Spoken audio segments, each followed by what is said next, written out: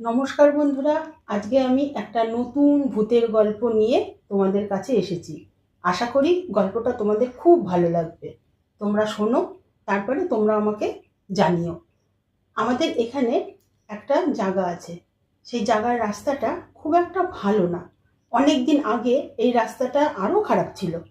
তো যেই বাড়ি যেই দিক দিয়ে রাস্তা, সেই দিকে মানে যতটা রাস্তা গিয়েছে তার অতটার পাশ দিয়ে জমি একজনের আছে, সে খুব নামকরা লোক।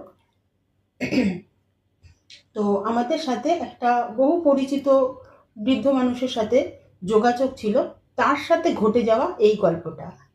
তো উনি একদিন সন্ধেবেলায় বাজার তো ছিল না তখন, হাট ছিল, হাটের থেকে বাড়ি ফিরছিলেন। মানুষটি ছিল মুসলমান। তো যাই হোক, আমার বাবার সাথে তার খুব পরিচিত। এবার ওই জ্যাঠামশাইয়ের সাথে আমি বললাম যে তুমি তো এখান দিয়ে যাওয়া আসা করো, তোমার মুখে আমি শুনেছি এর আগেও, তাই তোমার কাছে শুনবো আজকে এই গল্পটা। তো তিনি আমাদের গল্পটা জানালেন। বললেন উনি যখন হাট থেকে বাড়ি ফিরছিলেন, সন্ধে ঘোর ঘোর হয়ে গেছিল। এইবার উনি সে আগের দিনে যখন চাষিরা মাথায় টোকা বলে না, মাথায় টুপি দিয়ে মাঠে কাজ করে, এরকমই কিছু কিনে নিয়ে বাড়ি ফিরছিল।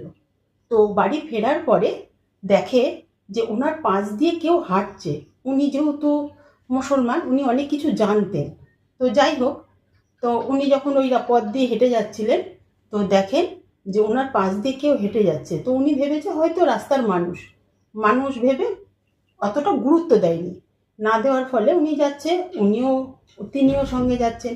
দুজনে হাঁটতে হাঁটতে ওনার হঠাৎ করে মনে হলো যে এটা মানুষ না, অন্য কিছু। তার কারণ সেই বাগান দিয়েই যাচ্ছে মানুষটা। তারপরে উনি দেখে, ঘাড় ফিরিয়ে মাথাটা নিচু করে একটু আড়াল করে দেখে যে শূন্যের থেকে 2 হাত মতো উঁচুতে ওর সাথে কেউ যাচ্ছে। তখন উনি ওখানে দাঁড়িয়ে বিড়ি টিড়ি খায় না, এরকম বিড়ি খাচ্ছে। খেয়ে টেয়ে নিয়ে বলছে যে তুমি ওই দিক দিয়ে যাচ্ছ কেন? তোমার সাহস থাকলে এই দিকে এসো।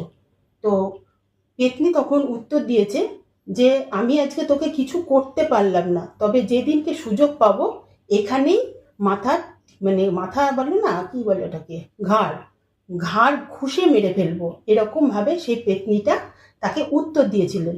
তো জ্যাঠামশাই তখন যাই হোক, ওনাকে কিছু করতে পারেনি। জ্যাঠামশাই তখন সোজা পথে হেঁটে চলে গেছেন। এই ছিল আজকে আমার গল্প।